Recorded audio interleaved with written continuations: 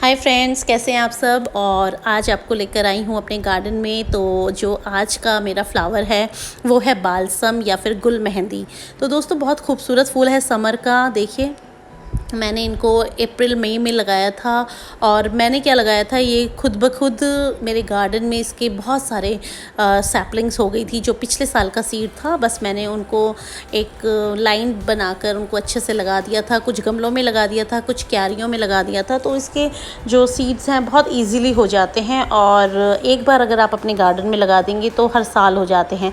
लेकिन फिर भी कई बार होता है कि वो डिस्टर्ब हो गए या बार बार वो निकल रहे हैं, तो हम उन्हें फेंक देते हैं कई बार निकाल के। तो इसलिए थोड़े से सीड्स तो आपको नेक्स्ट सीज़न के लिए रख लेने चाहिए, क्योंकि आपकी अगर चॉइस का कलर है, जैसे कि ये रेड कलर आप देख रहे होंगे कितना प्यारा कलर है और मल्टी पेटल्स है फ्रेंड्स। इसमें सिंगल पेटल और मल्टी पेटल्स दो तरह के आते हैं। तो ये देखिए आप छोटा सा जैसे कोई रोज़ हो, मिनिएचर रोज़ हो, उस तरह से इसके फ्लावर्स हैं, कितने खूबसूरत। और दोस्तों अब तो काफ़ी इसकी जो है ऊंचाई भी हो गई है और जो इसकी बर्डिंग्स हैं पूरा ऊपर तक टिप तक अभी खिल चुके हैं। कितने प्यारे लग रहे हैं। अभी बर्डिंग्स वैसे बन ही रही हैं, लेकिन अब क्या है कि मुझे जगह चाहिए, क्योंकि मेरी गुलदावरी की और डहलिया जो लगेगा, गेंदा लगेगा, उसके लिए मुझे क्यारियाँ खाली करनी हैं। लेकिन मैं इनको खाली करने से पहले इनके जो सीड्स हैं उनको पॉड्स जो बन गए हैं उनको कलेक्ट कर रही हूँ। तो आज का टॉपिक है सीड कलेक्शन के ऊपर। तो जितने भी आपके समर्स के फ्लावर्स हैं आप उनके कलेक्ट करके रख लीजिए, क्योंकि हमें एक आइडिया रहता है, क्योंकि इसका फूल हमारे यहाँ खिला है तो हमें पता होता है कि कौन से कलर का है और कैसा इसका फ्लावर होगा। तो जो आपके अपने घर के बीज होते हैं उनको आप ज़रूर इकट्ठा करके रखिए। तो जो दोस्तों आजकल बारिशों का मौसम चल रहा है और उससे कारण थोड़ी सी जो पत्तियां भी हैं, कई बार बहुत घने होते हैं पौधे हमारे और इनमें जो एयर सर्कुलेशन है वो कम होता है। तो कई बार ये इसमें फंगस भी लगने का डर रहता है और कुछ मिल्की मिल्की सा जैसे पाउडर सा वाइट कलर के पत्तों के ऊपर वाइट सा आ जाता है।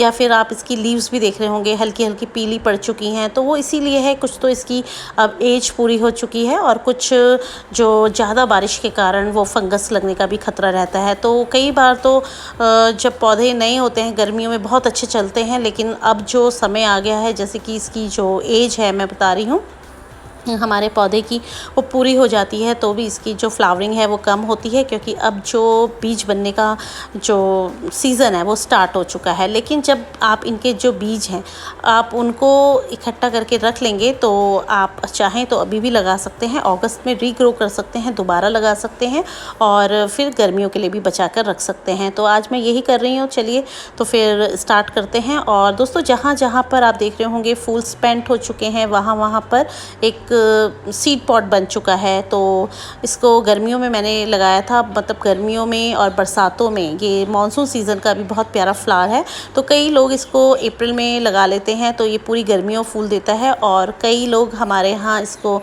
अगस्त में भी ग्रो कर लेते हैं। तो अगस्त, सितंबर, अक्टूबर तक, ये नवंबर तक भी कई बार ये बहुत सुंदर फूल खिलते रहते हैं।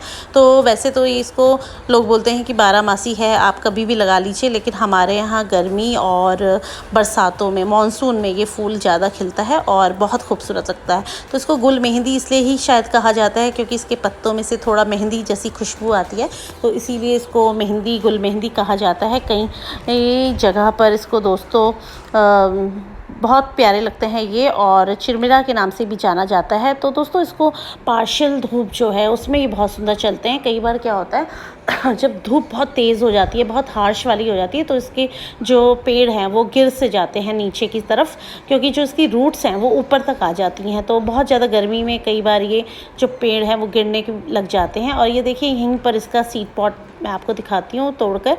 ये देखिए इस तरह से ये देखिए ये जो सीड्स इसके बन गए हैं।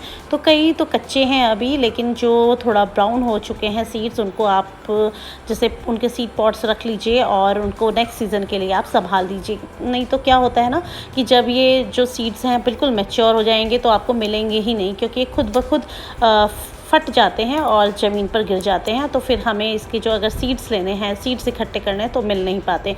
तो आप देख लीजिए जो सीड्स मोटे हो गए हैं या फिर थोड़ा सा ब्राउन टोन हो गई है उनकी, तो उन सीड्स को आप इकट्ठा कर लीजिए और नेक्स्ट सीज़न के लिए संभाल दीजिए।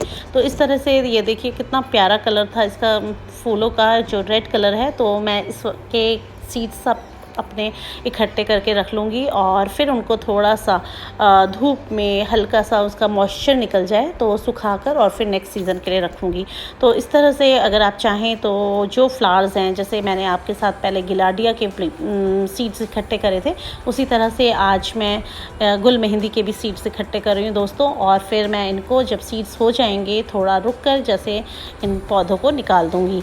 तो दोस्तों आपको इस तरह से अगर आप चाहें तो इनको लगा सकते हैं और अभी अगस्त में भी इनको इन बीजों से दोबारा लगा सकते हैं। तो अगर आपने नहीं ग्रो करें तो अगर आपको कहीं से मिल जाए इनके सीड्स तो आप ज़रूर लगाइए।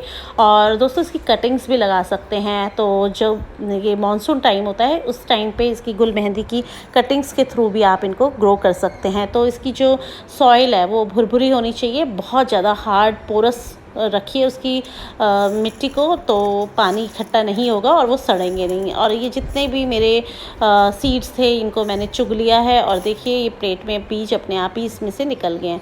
अब बस मैं इसको 1-2 दिन की धूप लगाकर नेक्स्ट सीज़न के लिए रखूँगी। तो इस तरह से ये काम आप ज़रूर कर लीजिए। अगर कोई भी पौधे आपके यहाँ हैं या बहुत खूबसूरत फूल हैं तो उनके सीड्स ज़रूर इकट्ठा कर लीजिए। नहीं तो क्या होता है अगले सीज़न पर जब हम या तो ऑनलाइन मंगाते हैं या बाज़ार से लेते हैं तो हमें उनके कलर्स का बिल्कुल आइडिया नहीं होता। कई बार वो हमें सिंगल पेटल मिल जाते हैं और मल्टी पेटल हमारे यहाँ होते हैं पहले से ही।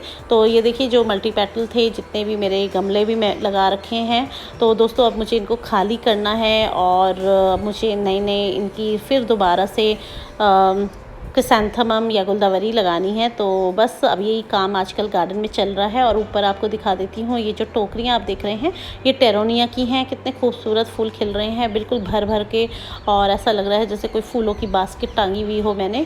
तो बहुत ही प्यारे फूल खिलते हैं छोटे छोटे। इस पर मेरी एक अलग से वीडियो है टेरोनिया के ऊपर, अगर आप चाहें तो मेरे चैनल पर इसको सर्च कर सकते हैं, तो वो मेरी डिटेल वीडियो है। आज तो बस ये आपको ऐसे ही एक छोटी सी झलक दिखा दी है मैंने इसकी। तो आशा करती हूँ दोस्तों अच्छा लगा होगा वीडियो, और अगर अच्छा लगे तो प्लीज़ मेरे चैनल को सब्सक्राइब कीजिए, मेरी वीडियो को लाइक कीजिए। ओके माय फ्रेंड्स, फिर मिलती हूँ किसी नए टॉपिक के साथ। आज तो मेरा ये जो टॉपिक था सीड कलेक्शन के ऊपर था।